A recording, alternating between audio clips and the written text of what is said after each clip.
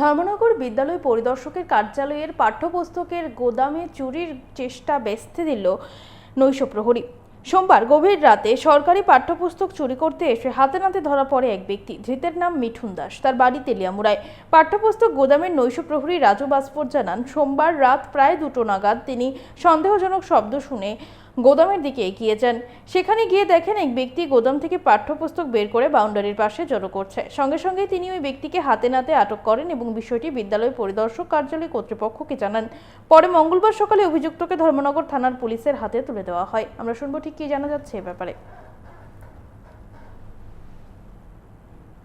শুনলাম যে আমাদের অফিসের নাইট গার্ড উনি এসে দুইটার সময় একজন চোর আছে, উনি আমাদের যে বইয়ের গোডাউন আছে এখান থেকে বইটা নিয়ে যাওয়ার সময় উনি ধরছে।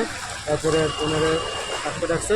সকালে পুলিশ আসে, পুলিশে এসে ওনারা নিয়ে সেই প্রায় বই শর্টেজ হয়। আমরা জানতাম না এইভাবে চুরি হয়, কিন্তু আজকে দেখলাম যে আমাদের বই শর্টেজটা এটাই মূল কারণ ছিল। তো আমরা আশা করছি না এইরকম যে এত প্রকাশ একটা সুন্দর জায়গার থেকে চুরি হয়, সত্যি খারাপ লাগলো আমার সাথে।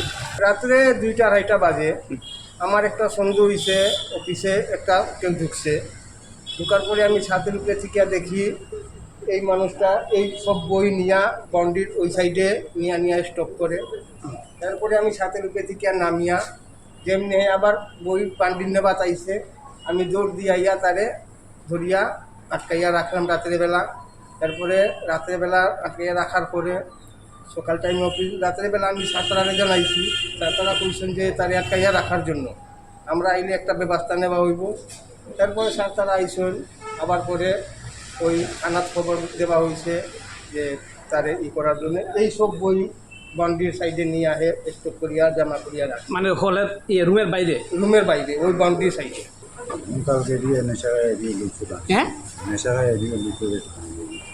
কোন দিকে ঢুকছিলা? এরপরে কি নিছ? বই নিতে আমার বই। কি নাম তোমার? মিঠুন দাস। বাড়ি কোন জায়গায়? তেলিয়ামুড়া। তুমি তেলিয়ামুড়ার থেকে আইছো এখানে?